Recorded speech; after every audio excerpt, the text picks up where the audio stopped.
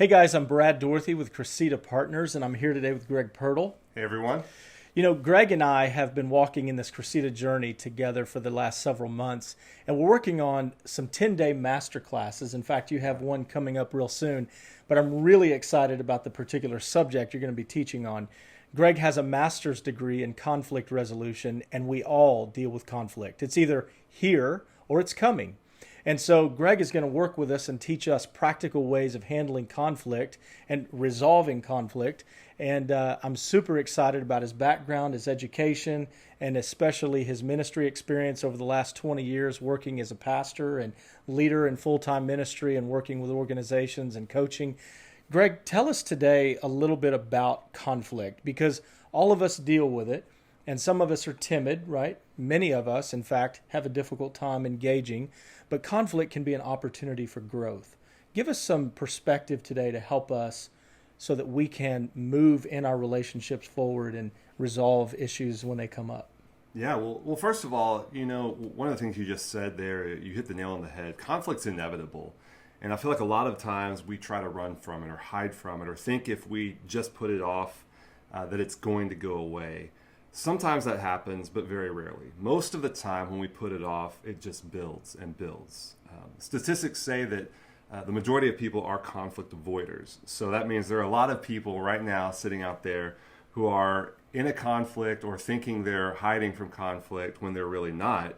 When if there was some hope, if there was some encouragement, if there was a group of people like we're trying to offer, a class like this where they could go and get some encouragement to engage the conflict in healthy ways, then they might be able to move past that feeling of avoidance and really see the benefit of engaging conflict as opposed to hiding from it or running from it. That's really good. You know, I think about conflict. There are those of us that may be interested in growing in the particular area of conflict resolution, and there may be a spouse or a coworker or a relationship that could be a challenge for people to have that kind of conversation with. So I think some of the tools you're going to be teaching us is how to engage those conversations.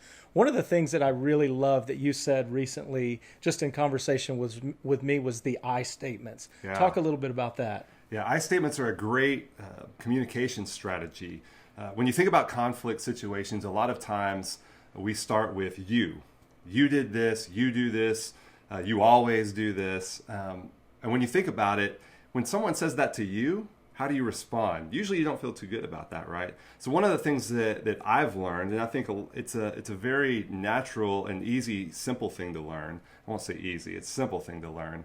It comes out of counseling background. But when we use I statements and we take ownership first for our own feelings, our own emotions, our own anxieties, our own actions, it allows the conversation to just flow a little bit more smoothly. It allows the other person to engage without being quite as defensive. So if I say, hey, Brad, I feel like this when you do this, or when this happens, I feel this way, you can't really argue with someone else's feelings. Like I said a minute ago, we take ownership for how we're feeling and where we are in that conflict. And so it's a better way to navigate the communication in the midst of a conflict.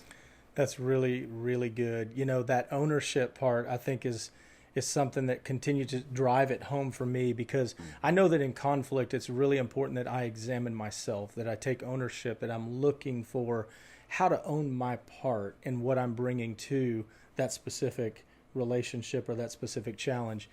Greg, I know that you have this master class that's coming up. It'll be 10 days for $10, a total of $10, talking about conflict resolution with a guy that has a master's degree in conflict resolution. So I know the value, I know the gift, I know the capability and the wisdom that you're going to bring to that class and to all of you looking online right now. In fact, we're going to have registration available real soon, so we'll have more information for you about Greg's upcoming class. We want to make sure you're a part of that and spread the word about this conflict resolution opportunity, because we all know that it is coming or it's here.